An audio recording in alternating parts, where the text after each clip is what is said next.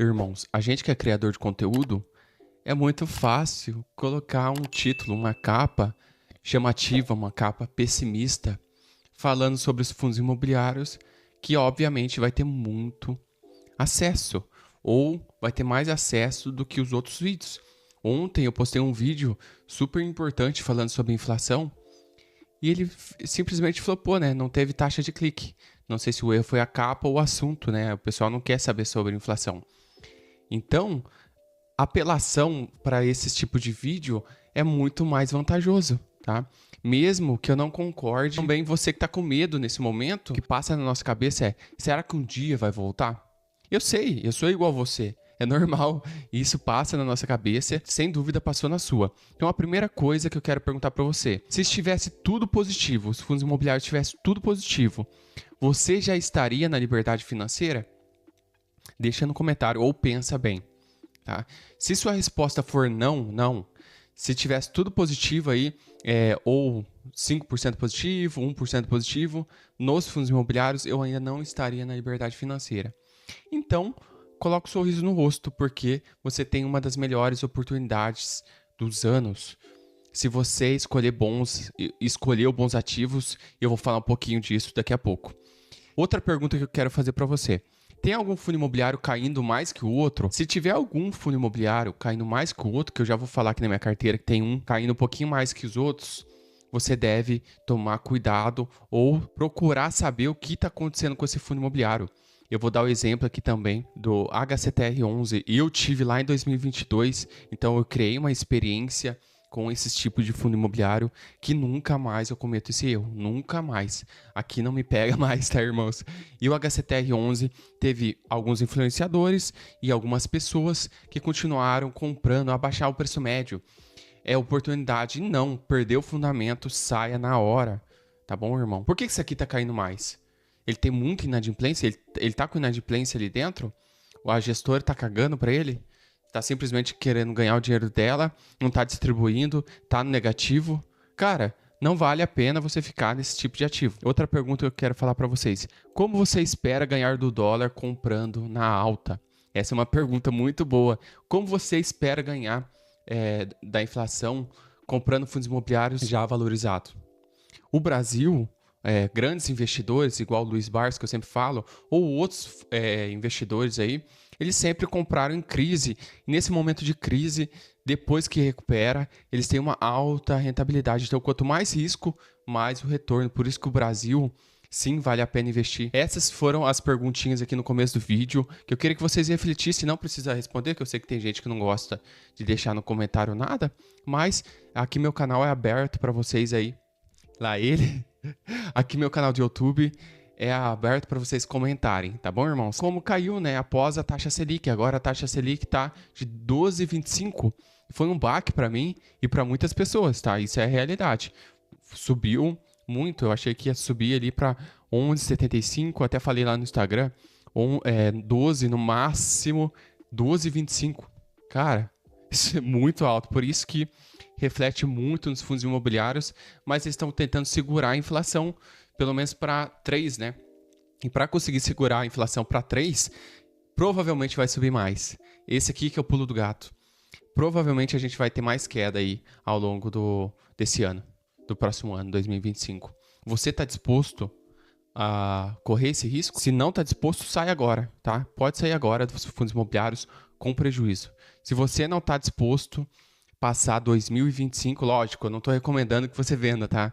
Não é isso. Mas se você não está disposto a passar por mais quedas em 2025, sai agora dos fundos imobiliários. Se a gente olhar aqui, ó, 1 mês, 6 meses, 1 ano, ó, 1 ano. Só que se a gente olhar mais tempo, ó, 5 anos, ainda está um pouquinho abaixo do ano aí de 2019. Porém, na pandemia não chegou ao nível da pandemia. Muitos divulgando aí que já chegou no nível da pandemia, ainda não. Tanto que o vídeo que eu fiz aí falando sobre os fundos imobiliários, eu falei que não chegou.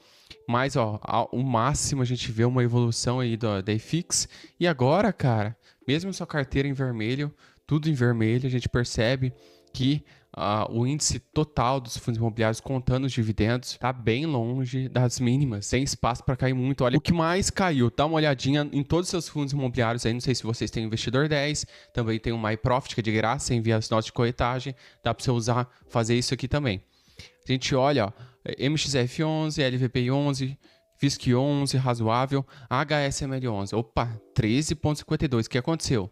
Você vem aqui e clica. O ALZR11, HGBS11, razoável. XPML11, tá. O restante tá meio que razoável de acordo com as quedas aí da IFIX. Cadê? 11%. Então, se todos os fundos imobiliários não passou de 11%, você vai naquele que passou. E o que aconteceu com HSML11? Aqui ele estava mantendo uma constância de 80, 74 no passado. Esse ano já começou a distribuiu 80 centavos. Porém, ele divulgou um relatório gerencial. Tá? E aí ele explica lá o comentário do gestor. E pode ser que ele divulgue de 0,65 centavos a 80. Então vai ficar nessa média. 82, né, centavos. Então não vai passar disso. Vai ficar nessa média, às vezes 75, 70. E ainda tem um pouco de dividendo por cota no caixa. Pode criar um sinal de alerta aí? Fique de olho. Igual eu falei para vocês. Ó, já teve momentos que estava mais abaixo que isso. Ó. Já em 2020, lá na pandemia, chegou a R$70. Teve uns picos de 69, 43. Já se recuperou algumas vezes esse fundo imobiliário, né? E não só esse, vários outros fundos imobiliários já se recuperaram. Pode ser que dessa vez caia mais do que até na pandemia? Provavelmente pode isso acontecer. Ou a gente vai criar uma experiência. Isso que eu quero deixar claro aqui para vocês. A gente cria uma experiência, depois que você passa, valorizou novamente. Nosso yield on cost agora está maior do que da renda fixa. Se isso acontecer, quando tiver uma queda, não vai afetar aí a porcentagem da sua carteira, porque você comprou bem abaixo, seu preço médio está bem baixo. Não vai afetar aí seu psicológico, você vai ficar tranquilo. E o que mais pega nos investidores de fundo imobiliário? O psicológico. Mas ó, se atente na evolução do seu patrimônio.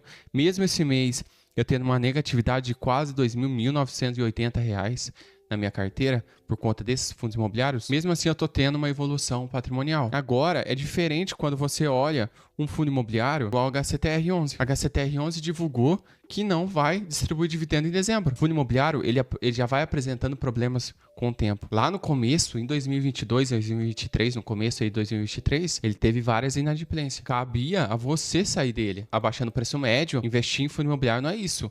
Investir em fundo imobiliário é o quê? É os dividendos. Perdeu o fundamento? Teve inadimplência? Teve problema? Tá? Saia porque não compensa. Há 5 anos atrás, ó, o HCTR11 chegou a ser cotado a R$155. Aí, quando apresentou a primeira inadimplência, foi mais ou menos aqui, ó. No começo de 2023 eu saí. Não adianta insistir no erro. Teve uma inadimplência, um problema sério, igual teve aí no DEVA 11, que tá aparecendo aqui do outro lado, ó. Mete pé porque perdeu o fundamento. Então, coloca aí na sua lista, ó. O que está acontecendo com meus ativos? Meus ativos estão com inadimplência? O que é que está acontecendo? É um problema sistêmico? É um problema da economia? Então, beleza. Segue firme aí, invista tranquilamente. Essa aqui é a minha opinião sobre os fundos imobiliários. Talvez você ficou um pouco mais tranquilo ou ficou com mais medo ainda na hora de investir. E eu vou continuar investindo normalmente aqui nos meus fundos imobiliários. Pode passar 2025 inteiro aí, porque esses fundos imobiliários não têm um problema. São fundos de shopping, logísticas que tem imóveis aí dentro. O único de papel que eu tenho é o MXF11. E lembra que eu saí daqueles fundos imobiliários high yield há um tempo atrás e fui criticado? Porque eu sabia que eu teria que escolher os meus fundos imobiliários para passar por esse problema. E foi esses fundos imobiliários que eu escolhi. Saí do URPR11, vendi há um tempo atrás HCTR11, DEVA11, que a gente, no começo, cometeu o erro aí de investir só pensando dividend yield. Esse aqui foi minha opinião. Se você discorda ou concorda, deixa aí no comentário. Muito obrigado por assistir até aqui. Fui!